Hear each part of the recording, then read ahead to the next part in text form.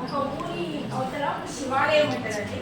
అందులో అయ్యగారు రామోదర్ అయ్యగారు ప్రతిరోజు లింగార్చన చేస్తారు. అయ్యగారికి లింగార్చన నీళ్ళతోని అభిషేకం, జలాభిషేకం.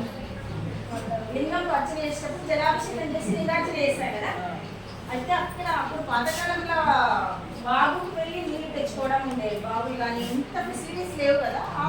చాలా బీద బ్రాహ్మణులు అతను ప్రతిరోజు పాపం మన లింగార్చన చేయడానికి ఇట్లా కాబట్టి అంటారు అది ఇట్లా కట్టే పట్టుకొని ఇవ్వకుండా ఇవ్వకుండా ఉంటుంది అనేసి ఆ ఒక వాగుదాంక వెళ్ళి అది కాబట్టి అంటారేమో వెళ్ళి అది వెళ్ళేసి ఆ 2 కుండలు నీళ్ళు తెచ్చుకునేది. అభిషేకం కావాలి, పూజ కావాలి అన్నిటికని అయ్యగారు ఒకటేసారి తెచ్చుకునేది అనమాట.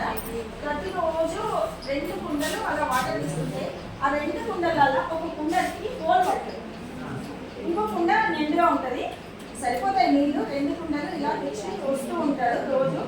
అంటే ఇక్కడ ఎగ్జాంపుల్ నేను కుండల్ని తీసుకున్నా. ఆ కుండ ఒక కుండలో నీళ్ళన్నీ లింగాభిషేకంకు ఉపయోగపడుతున్నాయి. ఇంకో కుండలో నీళ్లు మాత్రం ఆ కిలోమీటర్ దూరంలో అక్కడ నింపుకొని వస్తే చుక్కగా అది దేవుడి దగ్గరకు వచ్చేసరికి ఇంకో కుండలో వాటర్ ఉండట్లేదు, ఖాళీ అది కుండ.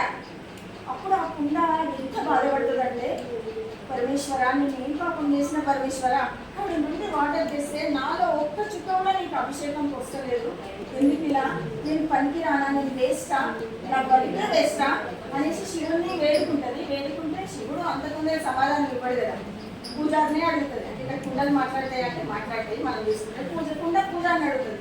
పూజారి గారు నేను ఏం పాపం చేశాను, నేను అక్కడి నుంచి నీళ్ళు తెస్తుంటే తీరా ఇక్కడికి వచ్చే వరకు నా ఒక్క చుక్క కూడా లింగం పడతలేదు, నేను ఎందుకు నన్ను కళ్ళ ఉద్దేశం, నేను వేస్ట్, నా ప్రతి వేస్ట్, శివాలయానికి నేను నీళ్ళు తెచ్చుకోకుండా మంచిగా నీళ్ళు ఆ నీళ్ళు పడితే దేవుడు సంతోషిస్తుంది, నా వల్ల ఎలాంటి ఉపయోగం లేదు.